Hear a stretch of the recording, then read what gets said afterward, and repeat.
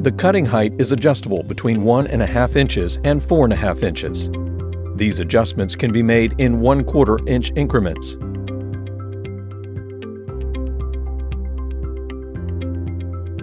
Fully depress the deck lift pedal until the deck lift lock lever locks the deck into the highest position, the transport position. Place the cutting height adjustment pin into the hole for the desired cutting height. Make sure the pin is inserted into the holes in both upper and lower plates of the adjustment bracket. Depress the deck lift foot pedal and then push the deck lift lock lever towards the right to release the lock.